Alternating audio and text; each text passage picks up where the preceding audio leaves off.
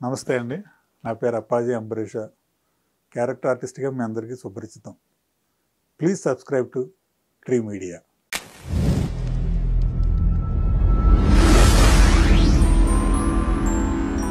స్టార్టింగ్‌లో movie offers వచ్చినప్పుడు ఎక్కువ డాక్టర్ రోల్స్ ఆల్మోస్ట్ ఒక 5-6 మూవీస్‌లో అవే చూసాం మేము. అవునండి. డాక్టర్ రోల్స్, ఈ లాయర్‌గా. అంటే ఇది ఒక ఇండస్ట్రీలో ఒక చిన్న ప్రాబ్లం ఏంటంటేనండి, మనిషిని ఇలా చూస్తారు. వీడు దీనికి సరిపోతాడు కదా! క్లాస్ లుక్ ఉన్నాడా, ఓకే చదువుకున్నాడు కింద ఉన్నాడు, లేకపోతే ఒక ఇంజినీర్ లాగా, లాయర్ లాగా, డాక్టర్‌గా ఇలా సరిపోతాడు. ఇదే లెక్కండి అంతసేపు.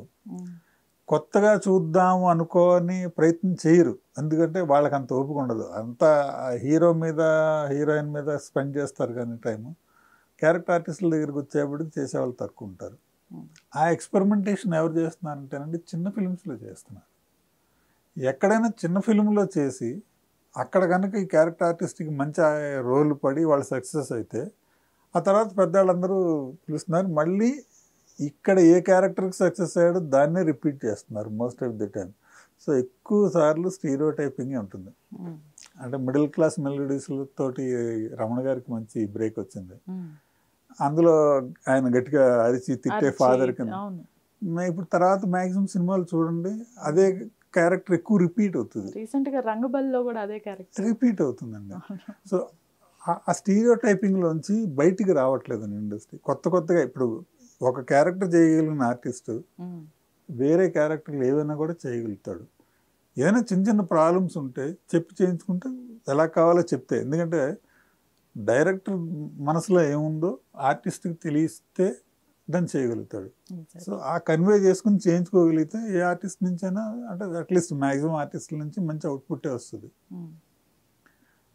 ఇప్పుడు బాగా ఎక్స్పీరియన్స్డ్ ఉండి తర్వాత థియేటర్ బ్యాక్గ్రౌండ్తో ఉన్న వాళ్ళలో కొంతమంది సెల్ఫ్గా వాళ్ళు ఇలా చేయొచ్చండి అని ప్రజెంట్ చేసుకోగలుగుతారు. కానీ ఆ చేద్దామన్నా కూడా ఇనీషియల్ డేస్లో వినే డైరెక్టర్ ఉంటారండి, వినే ప్రొడ్యూసర్ ఉంటారు, వినే డైరెక్టర్ ఉంటారు ఫస్ట్. సో దానికి కూడా ఈ వ్యక్తి ఎస్టాబ్లిష్ అయి ఉండాలి. ఎస్టాబ్లిష్ అయ్యాక అప్పుడు ఎక్స్పెరిమెంటేషన్కి వీళ్ళకి స్కోప్ వస్తుందండి. ఎస్టాబ్లిష్ అవ్వాలి, పైగా పేరు రావాలి, సక్సెస్ ఉండాలండి. సక్సెస్ లేకుండా ఎక్స్పెరిమెంటేషన్ చేస్తానన్న ముందు వినరండి డైరెక్టర్లు, కానీ ఎవరు వినరు. అది ప్రాబ్లం ఉంది మనకి ఇండస్ట్రీలో. అది ఆ ఛాన్స్ మాకు ఎప్పుడు వస్తుందా అని వెయిట్ చేయడం తప్పించి మనం చేయగలిగేదే ఉండదు. అట్లా తర్వాత ఇవే రోల్స్ వస్తే ఎన్ని మూవీస్ వదిలేసేసి ఉంటారు సార్? నేను చేయను దగ్గర 10-15 పైన వదిలేసానండి. పెద్ద మూవీసేనా? పెద్దవి వదిలేసానండి, చిన్నవి వదిలేసాను. డాక్టర్ అంటే చాలా కాలం నో చెప్పానండి. డాక్టర్ చేయను. ఎందుకంటే కంటిన్యూస్ అవే. ఇంకా నేను యాప్రాన్ స్ట్రెత్ కొనుక్కోవాల్సి వస్తుందేమో అని ఒక భయం వేసింది నాకైతే. నేను అది పక్కన పెడితే లాయర్ అన్నారు, తర్వాత జడ్జి అన్నారు, ఇంజనీరు, లేకపోతే సాఫ్ట్ ఫాదర్. చాలా మంచి, నేను మంచివాడినే, కానీ అదే క్యారెక్టర్ ఇవ్వాల్సిన పని లేదు.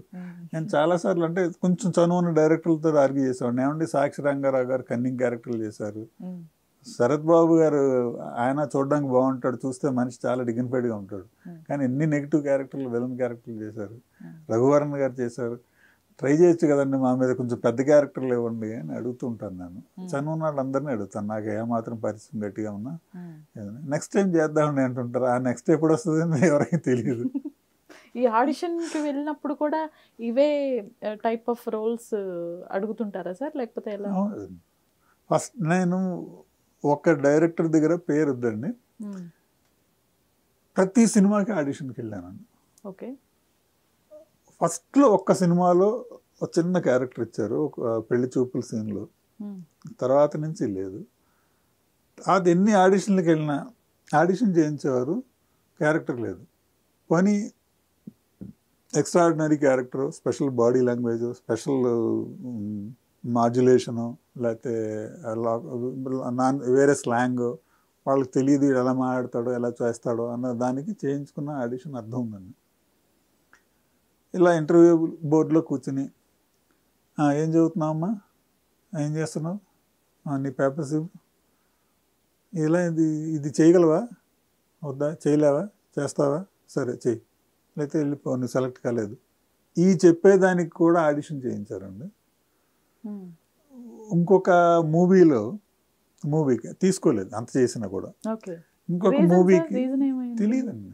రీజన్ తెలిస్తే బాగానే ఉంటుందండి. ఒక్కోసారి మనకు అర్థం కాదు, ఏంటి మనం చేయలేకపోతున్నామా, మనకు చేత కాకపోతే మరి వీళ్ళు అలా చేయించుకున్నారు, ఈ సినిమాలు అలా చేసాం, అది అర్థం కాదండి. ఇంకొక డైరెక్టర్ ఇలాగే ఆయన పిలిచారు, వాళ్ళ ఆఫీస్ నుంచి పిలిపొచ్చింది. 4 హీరోలు అండి, ఒక హీరో ఫాదర్ క్యారెక్టర్, ఒక చిన్న సీను ఆడిషన్ చేస్తారా? చేస్తాను. ఏంటి సీను అంటే, మీరు మార్కెట్లో కూరగాయలు కొంటున్నారు, మీ అబ్బాయి నుంచి ఫోన్ వచ్చింది, ఆయనతో ఫోన్ మాట్లాడుతూ ఇక్కడ ఈ పని కూడా చేస్తూ ఉండాలి. ఓకే. దీంట్లో నిజంగా చెప్పాలంటే ఆడిషన్ చేయడానికి ఏమి లేదు, ఫ్రాంక్లీ స్పీకింగ్. బట్ చేసాం. ఏముందండి, ఇలా ఫోన్ ఇలా పెట్టుకుని ఒక అరగంట, ఒక హాఫ్ కిలో, ఏంట్రా ఏం చేస్తున్నా, లేదురా కొంచెం మాట్లాడు మీ బాస్ తోటి, సరిగ్గా ప్రమోషన్ ఆపారా, ఏంటి నీ దగ్గర ఏమైనా ప్రాబ్లం ఉందేమో, ఒక్క నిమిషమా, అరకిలో వంకాయలు, అది చెప్పు, సరే ఎంత అయిందమ్మా, దీనికి ఆడిషన్ కావాలండి అంటే మామూలుగా, అంటే కొత్త వాళ్ళు అయితే కావాలన్నా పోనీ చేయగలరో లేదనుకోవచ్చు. ఆల్రెడీ అప్పటికే నేను ఒక 30-40 సినిమాల పైన చేస్తున్నా, 30-40 సినిమాల పైన చేస్తున్నాక కూడా మళ్ళీ ఆడిషన్ చేశాను అలాగే ఓపిక్గా. బట్ ఆ క్యారెక్టర్ రాలేదు. విచిత్రంగా కొన్ని ఎలా ఉంటాయంటే సిచ్యుయేషన్స్, ఆడిషన్స్ సంబంధించి చెప్తానండి.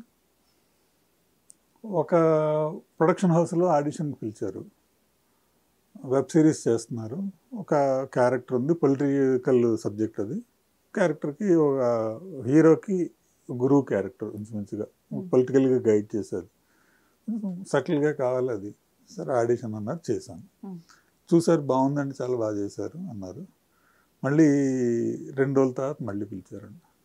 సార్ డైరెక్టర్ గారు చూసారండి, బాగుందన్నారు, కానీ ఇంకో క్యారెక్టర్ కూడా ట్రై చేయమన్నారు, అదో ఏదో తర్వాత మనం ఫైనలైజ్ చేద్దామన్నారు. అంటే సరే అండి, ఇంకో క్యారెక్టర్ చేయించారు, అయ్యింది. మళ్ళీ 2 రోజుల తర్వాత పిలిచారండి, వేరే ఇంకో క్యారెక్టర్ ఉందండి, అది ఇదే ఏజ్ క్యారెక్టర్, అది కూడా చాలా బాగుంటుంది, ఆ క్యారెక్టర్ కూడా ఆడిషన్ చేయించారు. చేసిన తర్వాత ఏమైందండి, 3 కూడా చాలా బాగా చేశారండి, అసలు ఏ క్యారెక్టర్కి ఆ క్యారెక్టర్ చాలా బాగుంది, దేనికి తీసుకోవాలో కూడా తెలియట్లేదు అన్నారు. తీసుకోలేదండి దేనికి. ఎంత అంటే ఫ్రస్ట్రేట్ అవుతూ ఉంటానండి, ఏంటిది అని. నాకు ఒక సినిమాకి ఇదే ఎక్స్పీరియన్స్ అయిందండి, ఒక వెబ్ సిరీస్కి ఇదే ఎక్స్పీరియన్స్ అయింది. 3 క్యారెక్టర్లు 2 క్యారెక్టర్లు ఆడిషన్ చేయించి అసలు 2 కూడా చాలా బాగున్నాయండి, 3 కూడా అద్భుతంగా చేశారండి. మెచ్చుకున్న అది ముఖస్తుతి మాట, మరొకటి తెలియదు. తర్వాత దేనికి పిలవలేదు. వేరే వాళ్ళు ఎంటర్ అవ్వటమో సంథింగ్, ఇంకా జరుగుతాయండి, ఇంకేం జరుగుతాయి మనకు తెలియదు. బ్యాక్స్ చాలా జరుగుతాయండి, అసలు ఆడిషన్స్ చేతి దాకా వచ్చిపోయినవి కూడా ఉంటాయండి. అదే అనబోతున్నాను, ఆడిషన్స్ వరకు ఓకే, మీకు కన్ఫర్మ్ ఈ రోల్ కన్ఫర్మ్ అని డేట్స్ ఇచ్చి షెడ్యూల్ అంతా కన్ఫర్మ్ అయ్యాక కూడా క్యాన్సిల్ అయినవి ఉంటాయి కదా, రేపు షూట్ అనగా ఇవాళ. నాకు రంగస్థలంలో ఆడిషన్ చేశారండి, రంగస్థలానికి. ఓకే. చేసిన తర్వాత ఒక ఫస్ట్లో చేసింది వేరే రోల్ కండి, జగత్ బాబు గారు చేసిన క్యారెక్టర్కి నా చేత ఆడిషన్ చేయించారు. చేయించిన తర్వాత అప్పుడు ఏంటంటే చిన్న తారాగణంతో వెళ్దాం అనుకున్న ఫస్ట్ స్టార్ట్ అయినప్పుడు ఉండేది.